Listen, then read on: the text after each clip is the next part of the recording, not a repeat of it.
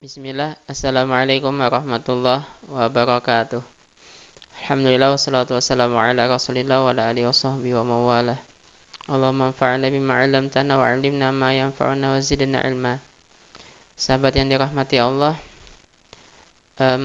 ketika kita melakukan apapun karena cinta, tentunya apa yang kita lakukan itu akan terasa menyenangkan dan terasa lebih mudah. Seberat apapun pekerjaan itu orang melihatnya, tapi kalau kita melakukannya dengan cinta, semuanya akan terasa ringan. Maka menghafal Al-Quran ini memang pada sebagian orang melihatnya berat, susah. Tapi kalau kita menghafalkannya, kita berinteraksi dengan Al-Quran dengan penuh perasaan cinta, maka tidak ada yang berat kemudian dari aktivitas kita itu. Tidak ada yang sulit kalau kita menjalani hafalan Al-Quran ini dengan penuh cinta. Maka Allah wajar kemudian mengatakan, walaqad yassarnal Qur'ana lidzikri fahal mim muddakir, sampai 4 kali diulang Allah dalam surat Al-Qamar. Dan sungguh telah kami mudahkan Al-Quran untuk menjadi pelajaran untuk dihafalkan. Maka siapa yang mau mengambil pelajaran, siapa yang mau menghafalkannya. Kenapa mudah menghafal Al-Quran itu? Kalau kita menjalaninya dengan penuh perasaan cinta. Maka yang akan kita bahas pada hari ini dan juga yang akan kita bahas pada beberapa pertemuan berikutnya adalah bagaimana caranya kita memulai dan menjalani menghafalkan Al-Quran ini dengan penuh perasaan cinta. Nah, sahabat yang dirahmati Allah, mencintai Al-Quran itu seharusnya hal yang niscaya untuk setiap muslim, untuk setiap orang yang beriman kepada Al-Quran. Tapi mencintai Al-Quran ini memang beda dengan kecintaan kita kepada dunia. Dia cinta yang perlu diusahakan, bukan cinta yang datang dengan tiba-tiba. Beda kalau kita cinta dengan harta tuh langsung tuh. Saat kita punya harta, ya kita langsung cinta sayang dengan harta yang kita miliki, itu rumah, mobil, kendaraan, perhiasan segala macam, perabot rumah segala macam. Kalau kita tertarik dengan lawan jenis, laki dengan perempuan, perempuan dengan laki-laki, itu cinta yang tanpa perlu diusahakan, bahkan yang hadir dengan sendirinya. Allah sendiri mengatakan dalam surat Ali Imran ayat 14, zuyyina linnasi hubbus syahawati minan nisa'i wal banin wal qanatiril muqantarah. Allah menghiasi buat manusia cinta, perasaan cinta syahwat kepada lawan jenis, kepada perempuan, kepada anak-anak, kepada harta benda. Kita punya anak, lahir anak kita, langsung sayang dengan anak kita itu. Itu cinta yang memang tidak perlu diusahakan. Wa innahu lihubbil khairi lasyadid, katanya Allah dalam surat Al-Adiyat ayat yang ke-7. Dan sungguh manusia itu kecintaannya dengan harta itu sangatlah besar. Karena itu memang otomatis cinta kepada dunia itu berlekatan langsung dengan diri manusia. Nah, tapi cinta dengan Al-Quran ini bukan cinta yang otomatis, cinta yang perlu diusahakan. Karena cinta dengan Al-Quran ini adalah cinta ukhrawi. Sama seperti kita cinta kepada Allah, cinta kepada Rasulullah, cinta kepada dinul Islam. Itu bukan cinta yang otomatis, bukan cinta yang ujuk-ujuk. Nggak mungkin kita bisa langsung tiba-tiba cinta kepada Allah tanpa usaha dari diri kita, nggak akan mungkin. Kecuali Allah yang memang memberikannya, dan itu jarang sekali. Maka bagaimana caranya kemudian sahabat agar kita mencintai Al-Quran sepenuh hati? Karena ini tadi bukan cinta yang datang dengan tiba-tiba. Dan makanya juga Rasulullah SAW menyuruh kita untuk mengajarkan anak kita mencintai Al-Quran. Karena ini memang cinta yang perlu usaha. Maka langkah pertama kita untuk kita bisa mencintai Al-Quran adalah selalu memohon, meminta kepada Allah.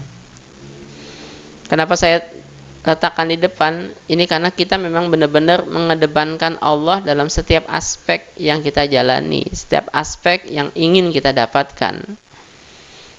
Wa may tawakkal 'ala Allah fahuwa hasbuh.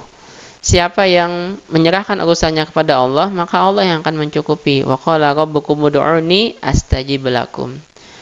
Surat Ghafir ayat ke-60 ya. Dan berkata Rabb kalian, mintalah kepada aku, pasti aku akan kasih. Kalau yang tadi surat At-Talaq ayat 3 kan.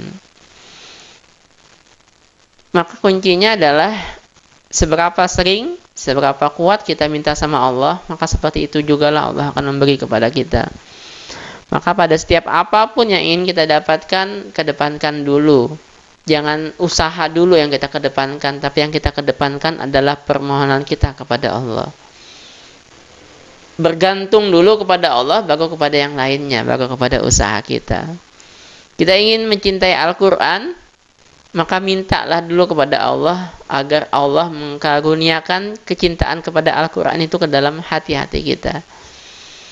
Maka seperti yang diajarkan Rasulullah SAW, doa misalnya, Allahumma inni as'aluka hubbak wa hubba man yuhibbuk wa hubba kulla amalin yuqarribuni ila hubbik.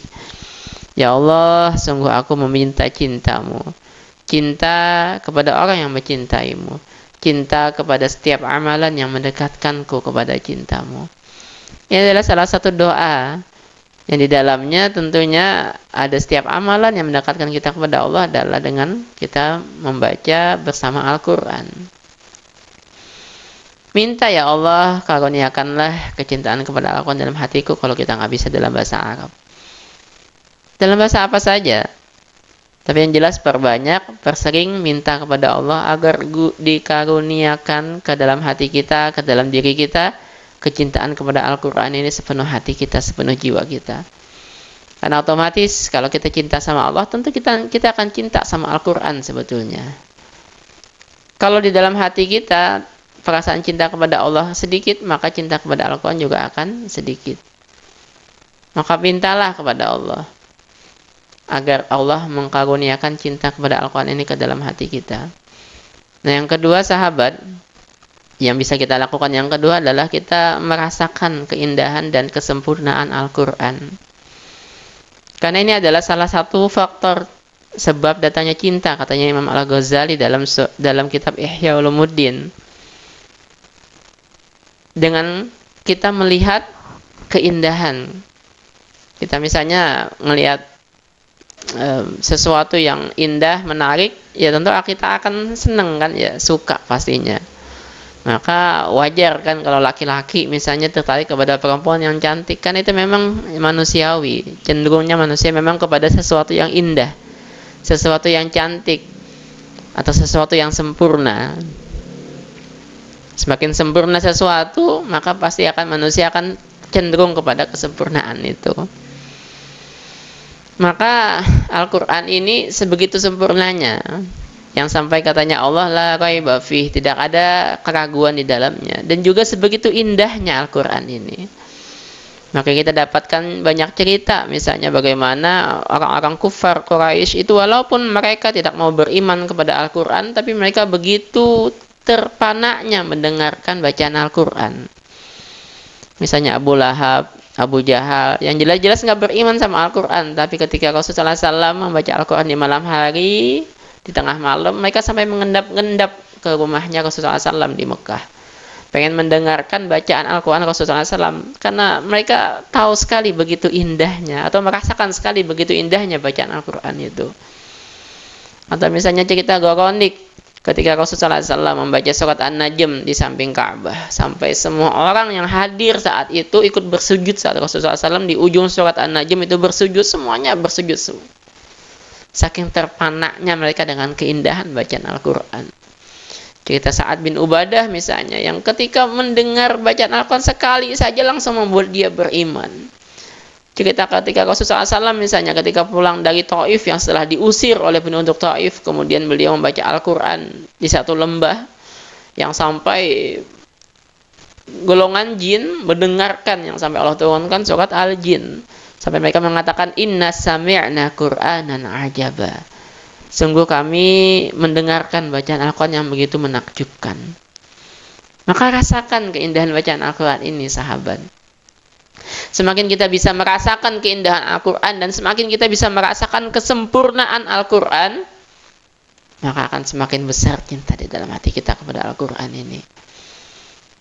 Kalau kita merasa Al-Quran ini seperti buku-buku yang lain, bacaan-bacaan yang lain, kitab-kitab yang lain, ya bagaimana kita akan bisa merasakan atau mendapatkan kecintaan kepada Al-Quran?